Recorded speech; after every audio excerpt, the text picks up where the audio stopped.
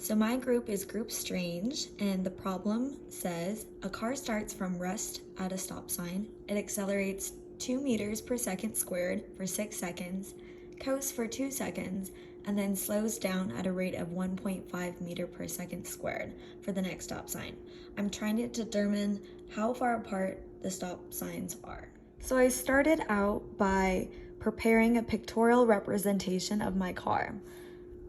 Right here you can see that the car starts at xi, so it's at 0 meters, and it increases in speed at an acceleration of 2 meters per second squared for 6 seconds. And so it's speeding up, which means the acceleration is positive, and the car will be here at point x1 when the car cruises for 2 seconds at a constant speed, and it will get to this point right here, x2, and then the last part, the car will decrease in speed until it's at a rest stop.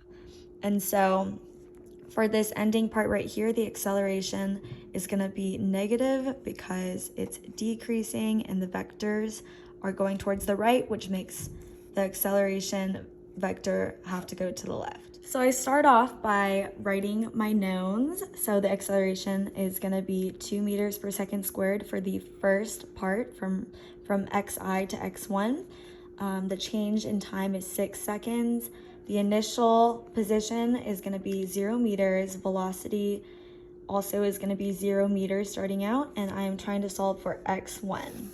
So I write out my knowns, and then I write down what I need to solve for, and then I write the equation I will be using and plug into the units.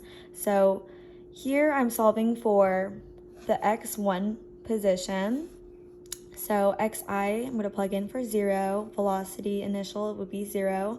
Change in time is 6 seconds. And then acceleration is 2 meters per second. And then change in time again, 6, and then squared. And then I get 36 meters. So next, I am going to solve for the velocity at the position of x1. So I write down my knowns. Acceleration is going to be 2 meters per second squared. Change in time is still 6 seconds. Initial position is going to be 36 because I already solved for that. So it's 36 right there. And the velocity at the initial, which would be xi, is 0 meters per second. And I'm solving for the velocity at x1. So I write down my equation and I plug in the units and I solve, and I get the velocity at this position is 12 meters per second. So the next step is to calculate the distance between x1 and x2. You can see here I wrote down my equation and I plugged in my numbers, and then I solved and got an answer of 24 meters in between this distance. Next, I'm going to solve for the distance of the last part where the car decreases in speed. So right here I write down my knowns. The acceleration is negative 1.5 meters per second squared. The velocity for the final position is going to be 0 because the car will be stopped. I said right here that velocity at point 2 is going to be 12 meters per second, and I am solving for the distance between the car at x2 and xf. So I write down my equation right here. So velocity f squared equals velocity at the car position 2 squared plus 2 times acceleration times change in x, which is also the same thing as the distance. So I'm solving for distance.